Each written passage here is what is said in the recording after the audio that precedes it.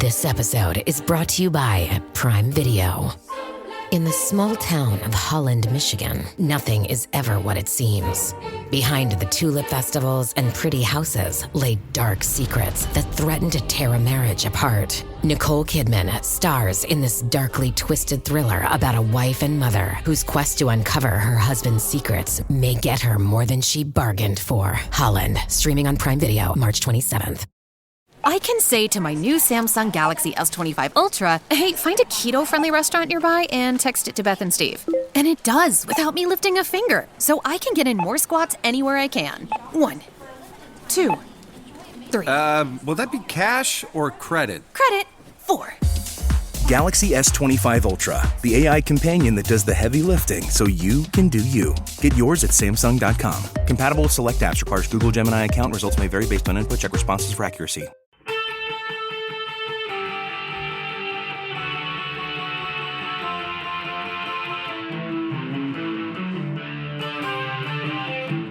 This is the Daily Blast from the New Republic, produced and presented by the DSR Network.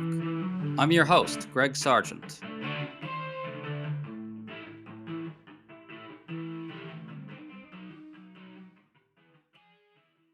We're now in day 2 of the fallout from the stunning news that President Trump's most senior national security officials allowed a journalist onto a highly sensitive discussion of war plans. Fox News figures are out in force denying wildly that anything at all is amiss. Yet under questioning from Senate Democrats, numerous Trump administration figures all but admitted that something very deeply amiss really had happened, wrecking the pro-Trump spin.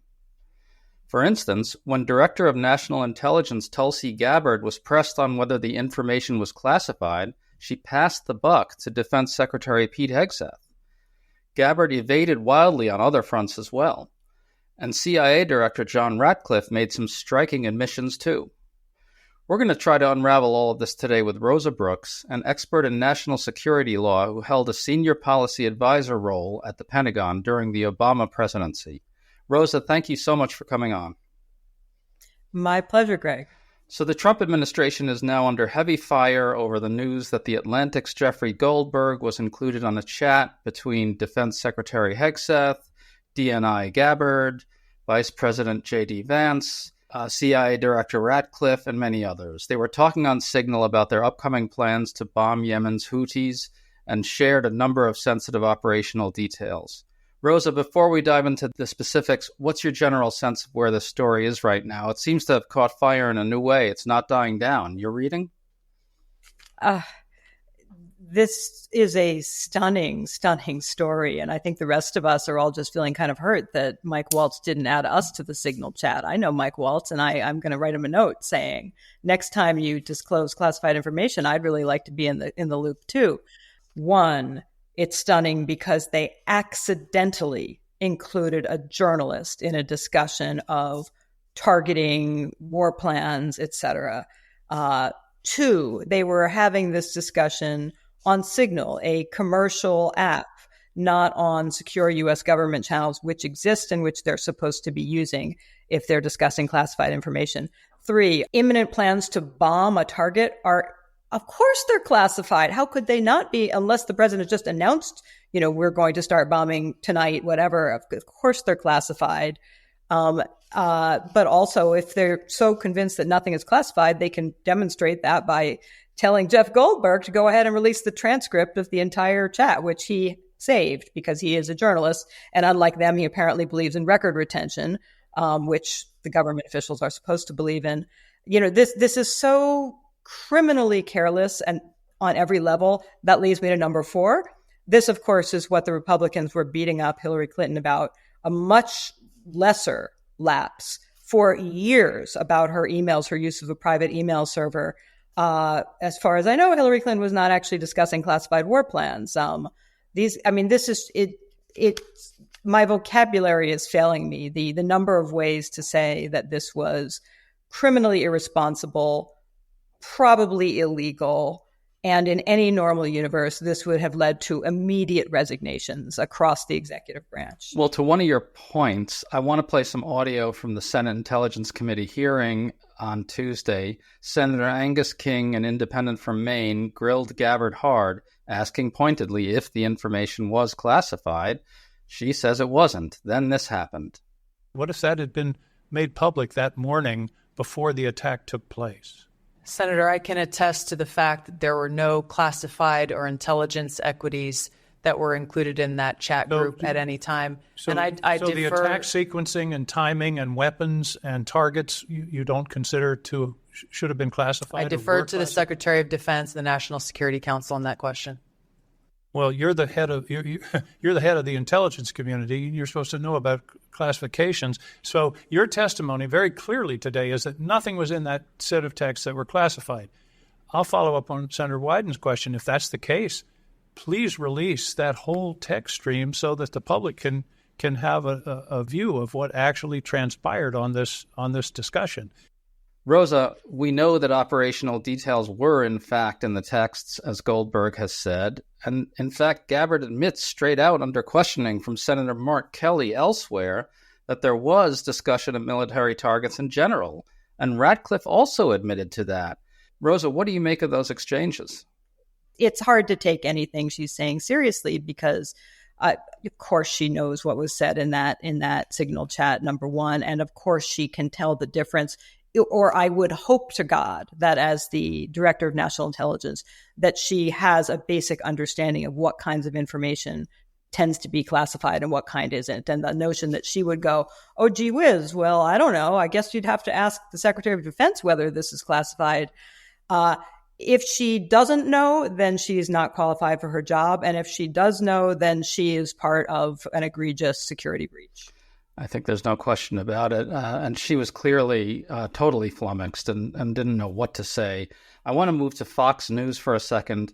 Fox's top propagandists all have spun wildly about this. As Matt Gertz of Media Matters documented, Laura Ingraham blamed the prominence of the story on left-wing networks. And on her show, Senator Josh Hawley laughably tried to dismiss this as, quote, griping about who is on a text message and who is not. Jesse Waters tried to laugh it off, saying, quote, did you ever try to start a group text? It's hard. And Sean Hannity claimed that the media just wants to distract from Trump's supposed accomplishments, and he called the media state-run. I think he maybe forgot, Rosa, that the state is actually in the hands of Trump and his allies right now. But that aside, this spin seems almost desperate to me. What do you think? Oh, sure. I mean, yeah, we absolutely can. We all empathize with adding the wrong person to a group text chat? Of course we can, which is why if you are the Director of National Intelligence, the Secretary of Defense, and the National Security Advisor, you are not supposed to discuss war plans in a text group chat over a commercial app. I mean, duh.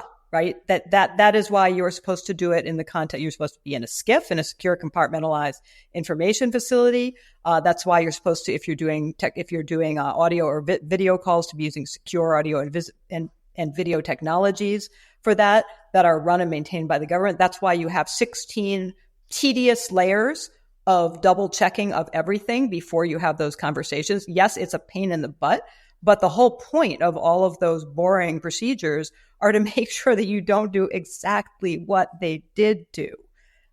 So saying, boy, it's confusing to start a group chat. Yes, that's the point. That's why you don't do this stuff over group chats. That certainly seems inarguable to me, I got to say, the way you said it. I want to try to get at something, though. What is the chain of command here? It seems that the National Security Advisor, Mike Waltz, set this thing up. Is that how these things happen? In a situation where a bunch of the most senior people in the administration want to deliberate about something like this, what is supposed to happen there? No, so it's certainly common that the National Security Advisor would be the person to say, hey, everybody, we have a decision that's on the table. Maybe we have a proposal from one agency, but other agencies have equities. We should discuss this. Or we have a decision. The president has raised this question. He's asked for advice or he's asked for an opinion on what to do here. So I want to bring everybody together in a principals committee. I mean, essentially, they were doing what the typically called a principals committee meeting. And the principals are typically the cabinet secretaries. The deputies level are the people just beneath them. You have principals meetings, you have deputies meetings, and so forth. So that in itself is normal. And, I am in fact glad that they were at least having some discussion, and that it's not just Pete Hegseth goes off in a corner and bombs people without checking in with anybody beforehand. I mean, I appreciate that, right? That piece of it is normal process. The piece of it that is not normal process is to, as we've been discussing, to do this over a commercial app in which you've accidentally included a journalist.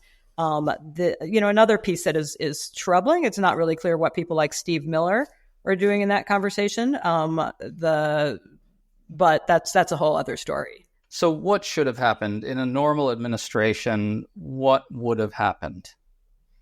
So in a normal administration, what would have happened is that through secure channels, the National Security Advisor would have made all of the other principals aware through their staffs that he wanted to convene a principals committee meeting that can be done virtually. All these people have classified mobile devices. These people, typically any senior national security official, such as Secretary of Defense, the Director of National Intelligence, will have a home SCIF in their home.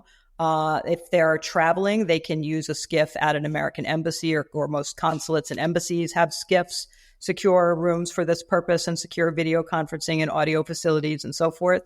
And part of the reason that you want to be ideally in a SCIF, even if you're using a classified mobile device, is you don't want to be, for instance, texting away on your classified mobile device at your kid's Little League game with a bunch of people looking over your shoulder, or dictating your message into your classified device in a setting in which either the person sitting next to you or someone with a long-range microphone can pick up what you're saying, or a long-range camera can see your screen. That it's not just about the device itself. It's about how are you connecting? Are you using commercial software that has not been vetted by the U.S. government to connect to that conference that you're having, or whether it's by text or audio or video, and you don't want to be in a place where eavesdroppers or those with zoom lenses and so on can see what you're doing. And we, the United States, I mean, again, the Director of National Intelligence and the Secretary of Defense, of all people, know exactly how good U.S. surveillance technologies are, and exactly how good the surveillance technologies of U.S. adversaries, state adversaries such as Russia and China are. You don't need to be sitting next to somebody in the Little League game in order to see their screen. Our satellite camera technologies are good enough that sometimes you can see that literally from the sky, and so it's just normally there are secure places to go to have that level of conversation. And is it an inconvenience? You bet it's an inconvenience, but that's why these folks get paid the big bucks, as it were. Spring is finally here. For us in DC, that means cherry blossom, warmer weather, and more breaking news each and every day. To stay up to date on all the news that you need to know, there's no better place than the DSR network. And there's no better way to enjoy the DSR network than to become a member. Members enjoy an ad-free listening experience, access to our Discord community, exclusive content, and more. Use code DSR2025 for a 40% off discount on sign-up at thedsrnetwork.com/buy. That's code DSR2025 at thedsrnetwork.com/buy. Thank you, and enjoy the show.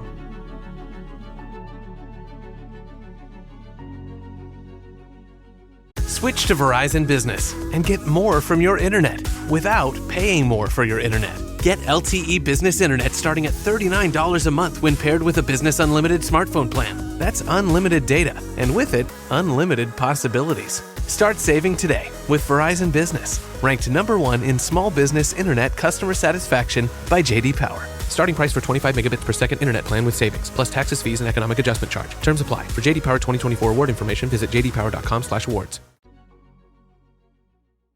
You'd think. I want to go back to the Senate hearing for a sec, because there was another set of exchanges that really underscores your point. It involved Senator Mark Kelly and DNI Gabbard and CIA Chief Ratcliffe. Here's what happened.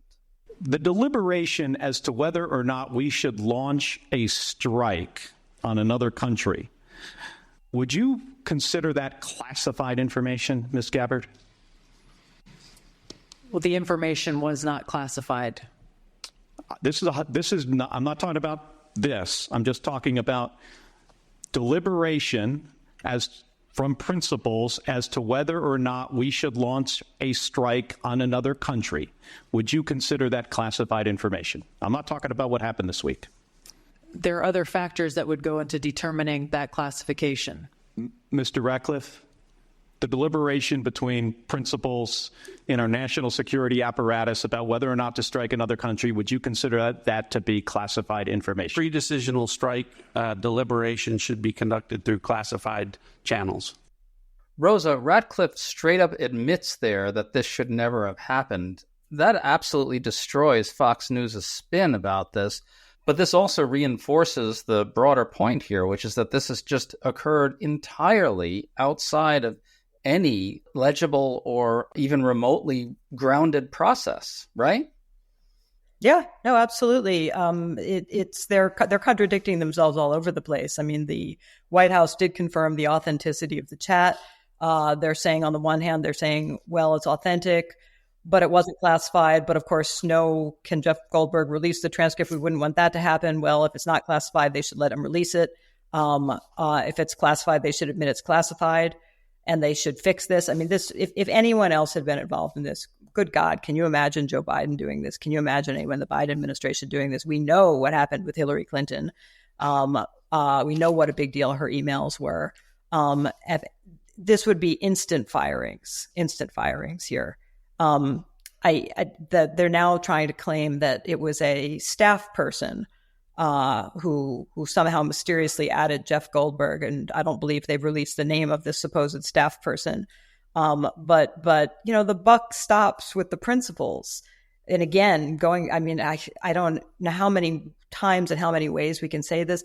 This is why you do not do this stuff over a commercial app with no process. This is why you use the tried and true processes to safeguard that kind of conversation against eavesdropping, because you don't want a situation where, what is Mike Waltz doing? Handing his phone to, somebody's like, oh, hey, you set up the group chat. I'm not going to bother to take a look at it and even chat. You can't confirm the identity of people on Signal. There's no way to do that. You can't authenticate it. That's why you're not supposed to use Signal for this kind of conversation. Again, sounds inarguable to me. And concerning this effort by them to pin it on some unnamed, supposedly existing staffer, Politico reports, according to a source very close to the White House, quote, "Everyone in the White House can agree on one thing: Mike Waltz is a effing idiot."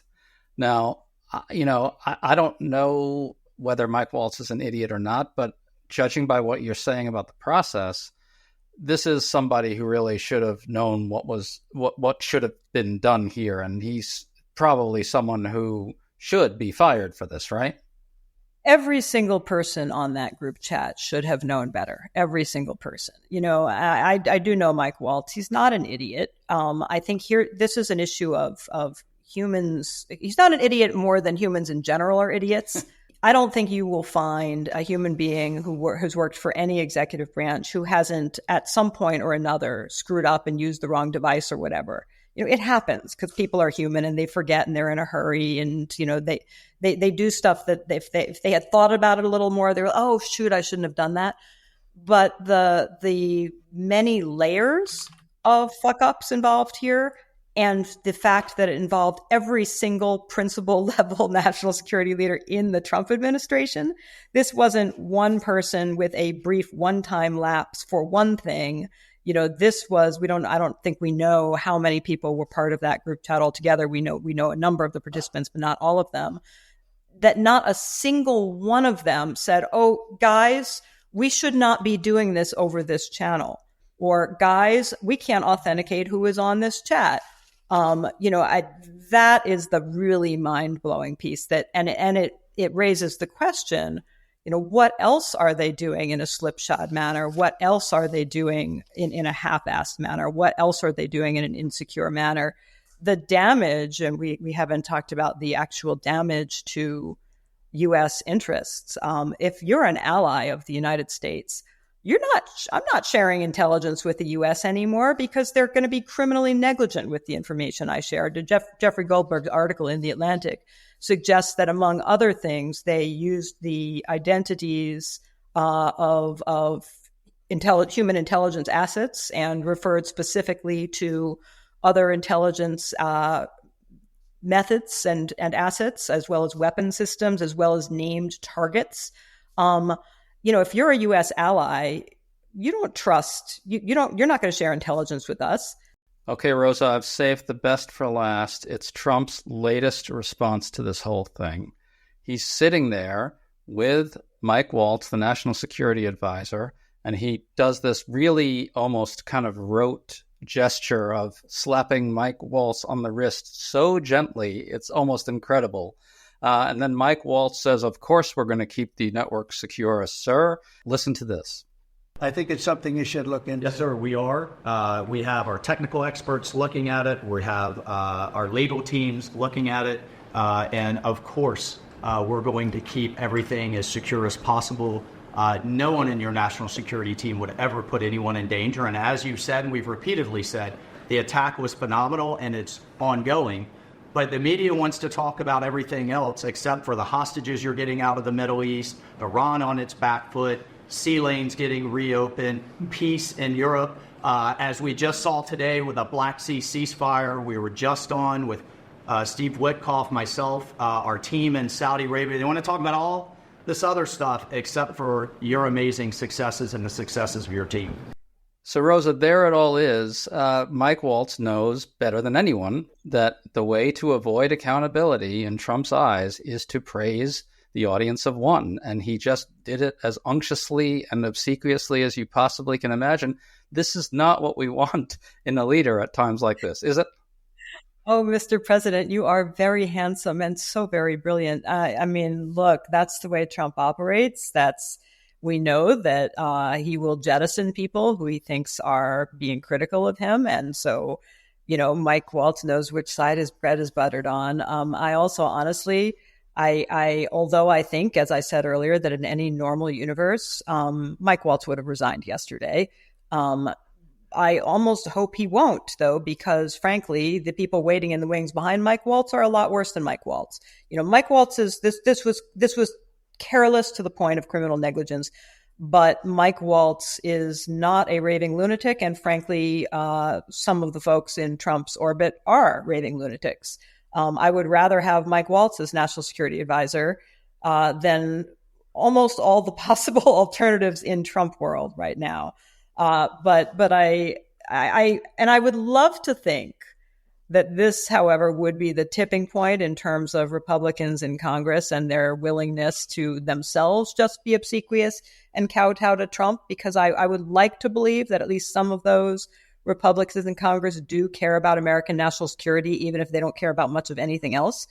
But I think that the perfect 2 months that President Trump is boasting of and that Mike Waltz is telling him he's just had suggests that the only thing perfect about it has been the perfect obsequiousness of Republicans in Congress. I'd like to believe that this will be the straw that breaks the camel back for Republicans in Congress in terms of willing to say, whoa, on every possible level, in every possible way, Donald, you're going too far, stop.